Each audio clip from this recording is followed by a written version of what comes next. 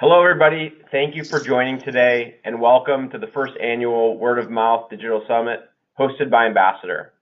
I'm Jeff Epstein, founder and CEO of Ambassador.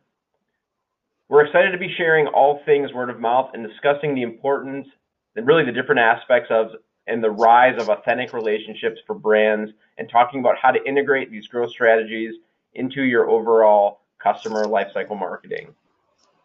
Before we jump into the presentation, a little bit of housekeeping. This session and all sessions will be recorded and available after the summit. We'll try our best to answer questions during the presentation, so please use the chat box to submit them. If we don't get to your question, we'll try to reach out individually as well. And lastly, this is a digital event about word of mouth, so please tell the world you're following along using the hashtag WOMSummit18. You can see that on your screen as well. I'm really excited and honored to introduce our next speaker, Scott Gerber. Scott Gerber is the CEO of the Community Company, and it's an organization that builds and manages community-driven programs for media companies and global brands. He's the founder of YAC, an invitation-only organization comprised of the world's most successful entrepreneurs and also the Forbes Councils as well, which is, again, invitation-only organization for world-class executives. I've personally known Scott for several years and also personally been a member of the YAC for a better part of a decade. Not only has it been invaluable for me, the Community Company as a whole, I've made several business connections, lots of friends from within the membership. I personally can't thank and recommend them enough. And more importantly, and more recently, Scott is a co-author of Superconnector, literally writing the book on connecting. He's also the author of Never Get a Real Job, an Adweek contributor, and literally has been mentioned in every important media publication like the New York Times, Wall Street Journal, Washington Post, Mashable, CNBC. It goes on and on. If you want to follow Scott and you don't, follow him on Twitter at Scott Gerber. Scott, feel free to take it away. Thank you, Jeff. Well, hi, everybody. So today I'm going to be taking you through the idea of how to turn your brand, your partnership marketing efforts, your business development, all these key areas, how to go from what you're doing today and turn those into a super connector, supercharged mentality so that you can really benefit in a big way from being able to take authentic relationships and maximize their potential in many different ways than perhaps you haven't been doing before. So first, let's start with what is a superconnector. So when Ryan Paw and I, my co-founder in the Community Company, and I wrote the book Superconnector, we basically looked at some of the top people in business, the top connectors in various different industries, markets, and so forth, to figure out what were the defining characteristics, qualities, traits, and so forth that made these special individuals so special. And then how could we take that philosophy and translate it into what a brand, a company, a media company should be doing today in order to make its brand, frankly, more human? Which is an ironic thing given today that everybody says it's the digital marketing age, or it's about eyeballs or vanity metrics or hitting key KPIs and ROIs. But I'm going to show you today how maybe that thinking might not be the best way forward. So first, let's start with a basic idea. What is a superconnector? So in our definition, a superconnector is a brand or person that is highly empathetic, emotionally intelligent, incredibly self-aware, not only introspectively, but about also how the world views it as well. So not only how it views itself, but how the world views it as well. It is an idea that, and a mindset. It is not a series of tips and tricks that people follow to quote unquote network or to communicate. It is a literal philosophy of how a brand or individual lives their life to basically be their most authentic self, and not, ironically, the word authentic in the quote unquote authentic way, that we've used that word more times than not to basically in the wrong way, but rather to actually be what can be your most authentic self, your brand's most authentic version of itself. And then finally, at the end of the day, superconnectors are habitually generous. They are people or brands that really do care about the audience or the communities that they serve. They are community builders. They are thinking about ways in which they can hyperconnect or create opportunities amongst their constituencies and be at the center of influence, the center of the sphere of influence, but not look to lead the conversation, not look to be the brand speak or the motive behind the community, not look to drive it for personal gain or short-term value exchange or transactional value, but rather to create a community that becomes even more influential, larger, and more meaningful to its constituents without a business directive behind the scenes. Here's the problem. Most brands are megaphones. I would scream louder, but I don't want to hurt your ears with your earbuds right now. They are megaphones. They are not emotionally intelligent. They are not self-aware. They are looking for the sale, the point of transaction, the ability to partner faster, at scale, all these key cool words that everybody thinks is the way to do it. And I'm here to tell you that there are times to amplify and there are times to unite. There are times to be a brand speak or marketing person. There are times to be an authentic human. There are times to be more human in marketing or more human in your interactions with those parties or partners around you. And because we're all about today, in most cases, brands looking at, I have to post to Facebook and social media in general. I have to get press releases out there. It becomes a very one-sided transaction where departments that silo themselves are thinking only about their goals rather than the brand's entire ethos, and then following that ethos to not be a megaphone. Because the reality is brands are not, in most cases, three very important things that we're going to touch on throughout this presentation.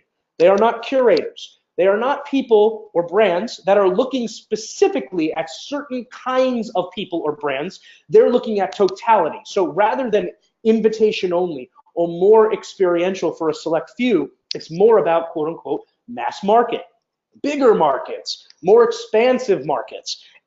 When the reality is to get influential, you need to be in the room with where influential people or influencers in your world actually are. And no influencer, I even hate using that term because I understand why it's become so popular, but basically the people that matter to your brand, where are they? And if they don't want to be where you are, that's a problem. If you're not able to curate them, it's because they don't want to be a part of what you represent. And that is one of the key areas that you need to be and your brand needs to be in order to acquire the right partners, the right relationships, and the right people in the first place. The second is conveners. Again, going back to the one-sided conversation, it's a lot of amplification. It's a lot of push-out marketing, right? The idea that partner with me, look at me, be a part with me, come to my event. All these one-sided transactions, instead of finding safe spaces or creating an oasis where you can bring these stakeholders together in a singular place that based on first curating, getting the quote-unquote right people, right partners, right brands, and then convening them in small, intimate, safe spaces that can provide for real knowledge and information exchange, real relationship building, the ability to speak freely rather than speak about the CV or the bona fides. These are very important. And then lastly, they're not conversationalists. Again, one-sided. Look at me, hear my speech, look at my carefully crafted messaging taglines and conversion text, right? That's not conversation. We got very far away from conversation because of the amount of platforms and messaging that in the world today, frankly. We became less human. Our brands became less human because we became driven by conversion metrics, tactics to close, and the ability to do that at a level of scale unprecedented even 10 years ago.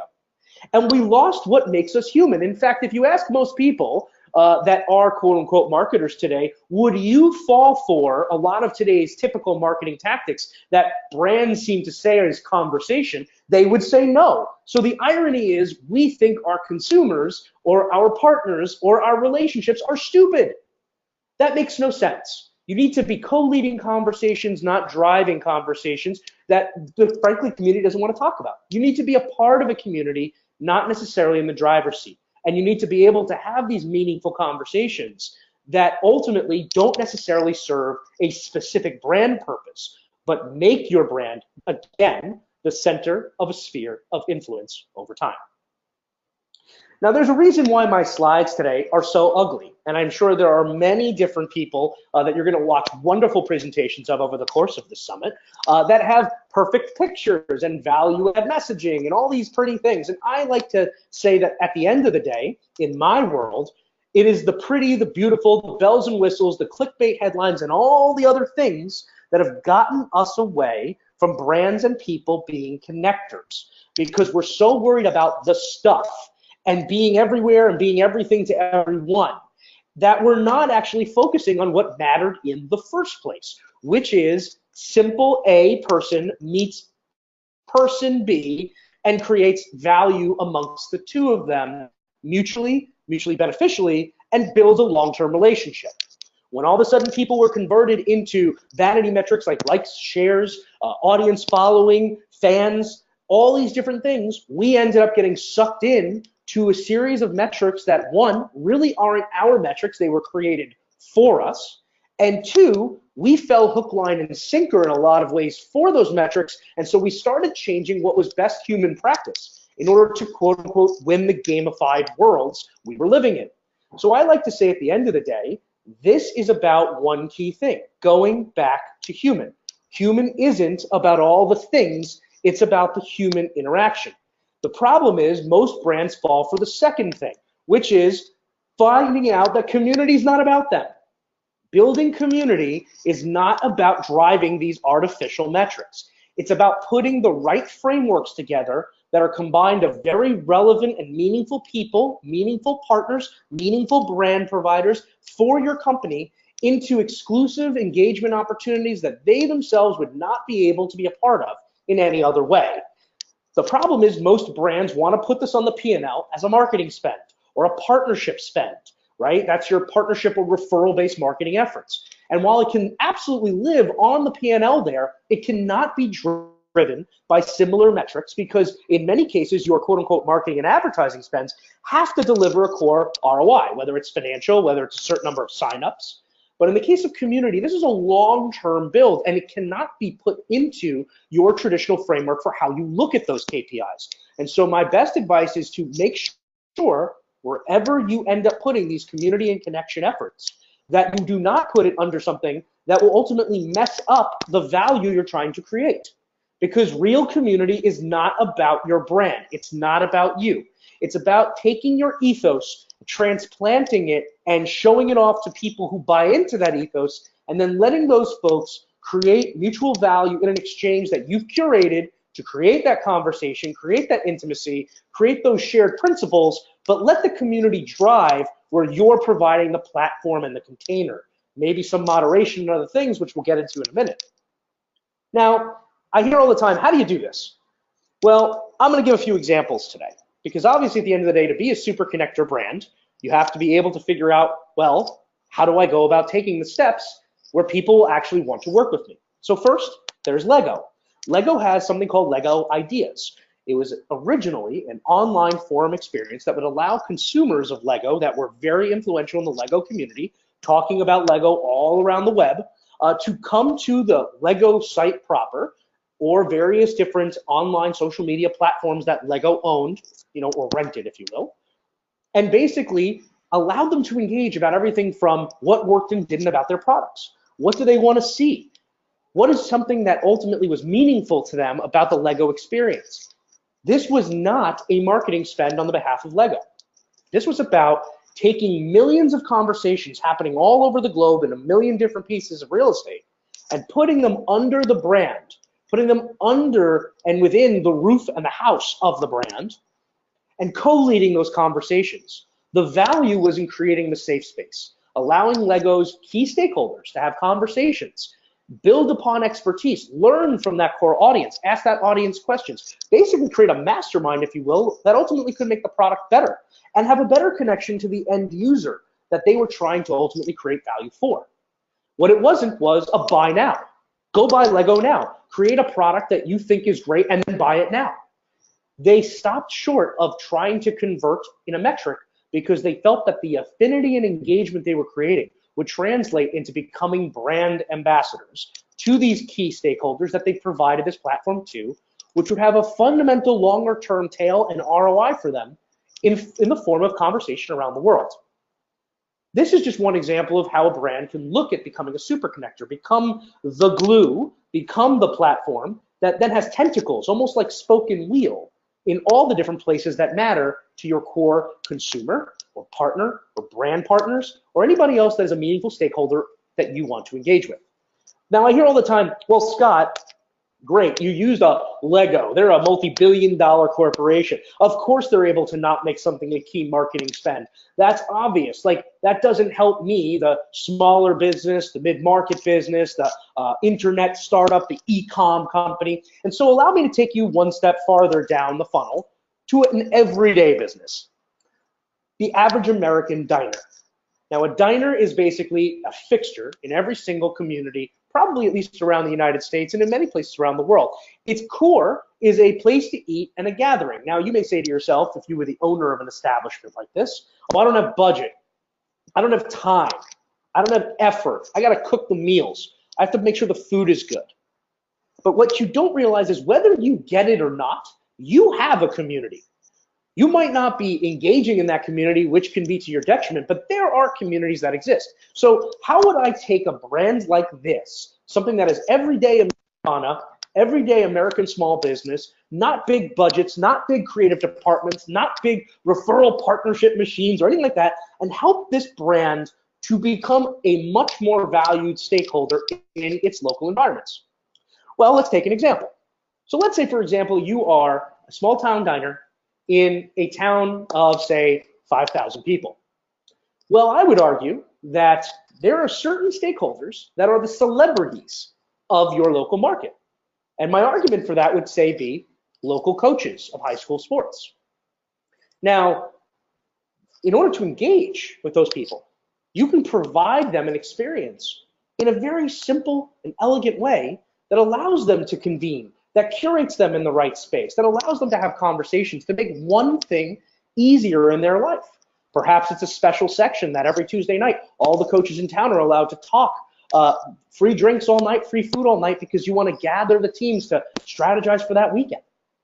Perhaps it's the ability that after a game, one of your key people, whether it's the cook, whether it's the hostess, is going to interview the coach about the game. And they're going to create on their blog a sports and highlights reel for the high school sports. The point is, in creating these things, whether it's something for the key constituency or the people that care about that constituency, you have a role that you can play by getting the key influencers in a very meaningful way. Again, that coaches meetup night, the ability to do the after party of games with special rates in a special room in the restaurant, the ability to amplify them as influencers by creating that simple media property on your blog or on Facebook or other things that you can become known for to the influential set that you're looking to attract because you're providing value add content or value add expertise that they don't get, or recognition that those influencers don't get. You are creating a various amounts of safe spaces and podiums to basically create value. Because at the end of the day, you have to understand what really matters to the people that really matter to your brand. The problem is most brands don't get it because they do not create the framework in smaller niche formats. They go for mass market. There is a difference between I own the partner program in my company, right? And I have 14 different kinds of partnership programs that are in market. By treating all 14 verticals the same, you're missing the point. Just because you are a partner of a potential brand, just because you're an ambassador of a potential brand, does not mean you are the same. A CEO as a title is not the same when one of them is a seed stage startup and the other is a Fortune 100 global CEO of a corporation.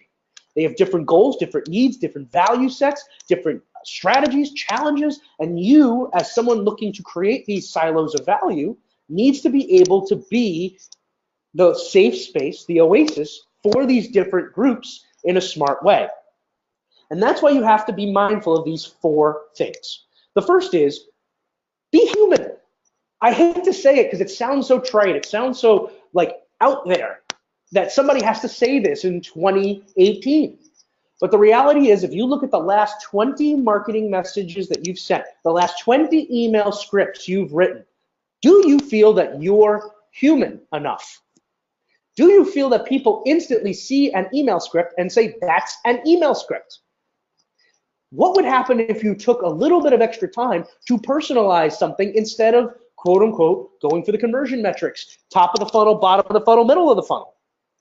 The reality is, being human And speaking human has better conversion than not being human and scaling at all costs. Number two, be selective. You want to have thoughtful curation and association. Each of the different groups you're creating internally, whether again, it's the local diner that's creating the high school sports, maybe there's a basketball sports and a hockey sports and a tennis sports, not all coaches, but siloed. You're creating thoughtful curation because what is the value to the end constituency for you to create an environment where all 12 basketball coaches in your town, as an example, are connecting? How often or where else would they get that in a safe space and environment? The same thing applies to your partner efforts. If you split by channel and then have the authority to create the meaningful conversations behind closed doors that people can't have anywhere else about your industry, you don't need it to be about your company for people to understand and know why they got invited into the room and why they desperately want to be in the next one. Thoughtful moderation, thoughtful curation, thoughtful association. Having an oasis, again, a noise-free environment, something that is not about your brand. I see this all the time at things like trade shows. Come to my booth, look at my product. That's not an oasis, that's a noise creator. Whereas if you were creating, again, a safe space where it is that private drinks event where you're only going to invite the top 1% of partners, top 1% of brands that influence the world you're in at the senior most level, that room becomes a hot ticket. That room enables real community and real conversation. That room creates a sense of uniqueness that cannot be repeated. And these are the key things that you have to look at as you're developing an oasis. And then finally, a podium.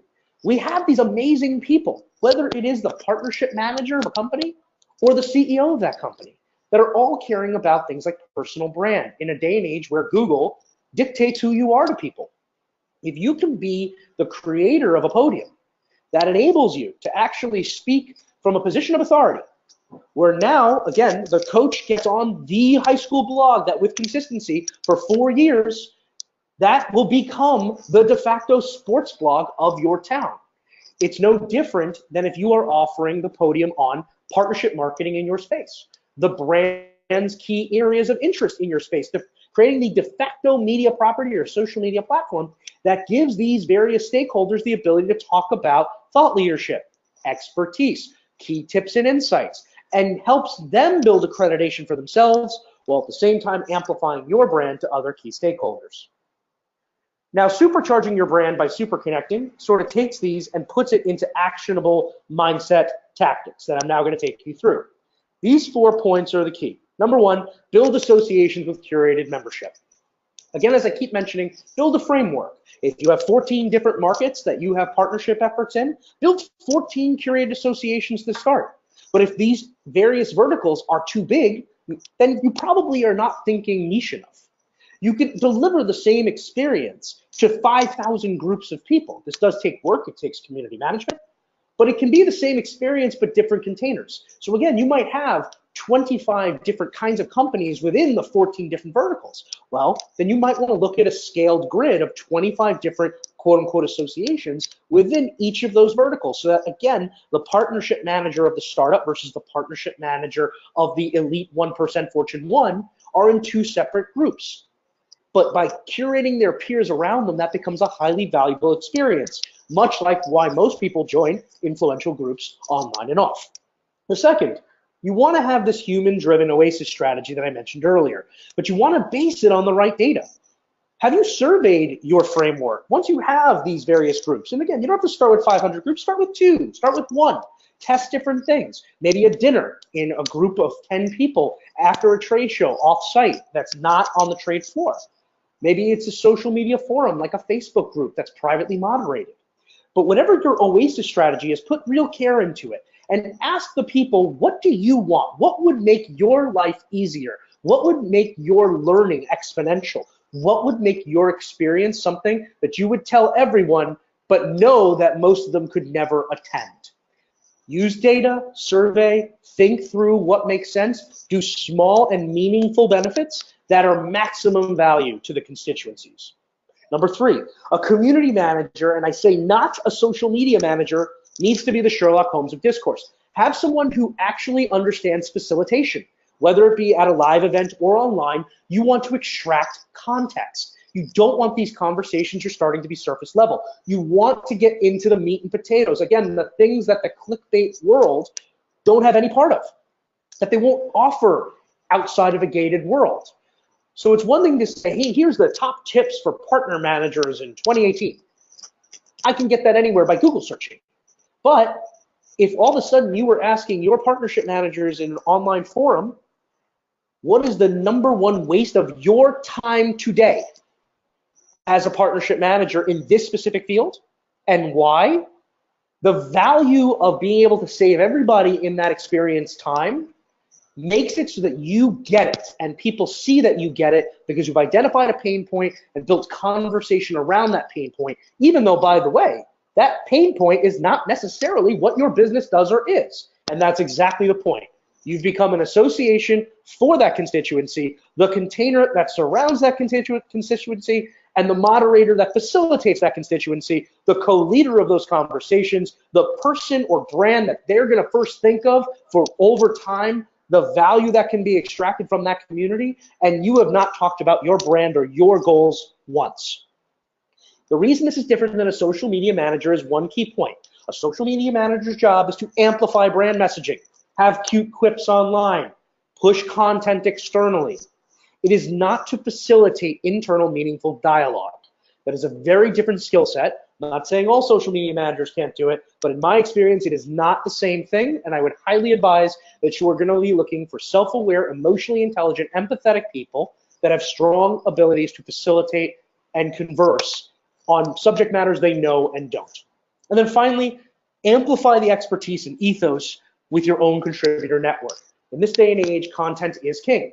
And if you do create these verticalized, very, very smart groups, by creating those podiums, you can ultimately have the #1 content mechanism to draw other people into your brand's world and sphere of influence. If somebody that is external to one of your groups sees a peer of theirs inside an elite partnership group that's talking about all the things that matter in their industry because they saw an interview on a blog, a video of one of your events that asked the tough questions, a teaser that they have to apply, but in order to get in, they have to fill out all this information and make sure that they fit the group. You can create an inbound funnel just by having the right people talking about the subject matters that matter. Creating a contributor network where content can be pushed, incredibly valuable, and it doesn't come off as marketing for your brand. And I leave everybody with this, a tip that somebody told me, one of my dearest mentors early on. And that is that real relationships take real time. And you can't cheat real time. I'll even add something to this. Your goal as a connector should be to cheat your time to create more real time. And what I mean by that is technology is meant as something to enhance the experience, not to supplant the experience, not to streamline the experience, not to scale the experience by removing its humanity and its core. This is not a short-term game. This is not transactional based. This is about creating long-tail, long-term, very valuable, identifiably valuable relationships that don't make it so that your brand must benefit at all costs, so that there's a conversion in mind with a point of entry. I would ask all of you, as you look to figure out ways that you can connect to the key stakeholders that matter, to do one thing that we often forget in this busy world of business, and that is to treat people as human as you'd want to be treated. Thank you very much for your time. Thanks so much, Scott. That was awesome. Jam-packed, super insightful, lots of takeaways. I don't know if we're going to have time for questions, but really, for me, the long tail of relationships is completely paramount, and I think it's fantastic. So thanks again. That was great, and everyone, thanks for joining. As a reminder, this is pre-recorded, and you will be able to access this. You will be able to access this video. We will send them to you with questions and answer those as well. But as a final thought, and thanks again to Scott as well. Again, Scott wrote the book literally on connecting. Scott and Ryan, superconnectorbook.com. Business Insider said it's one of the best business books everyone will be reading this year, 2018. And again, Scott knows what he's talking about. If you're an entrepreneur I highly recommend. I've been working with Community Co for a long time, and it's been an amazing experience for myself. So Scott, thanks again. I really appreciate it, and everyone for tuning in, and looking forward to the next one.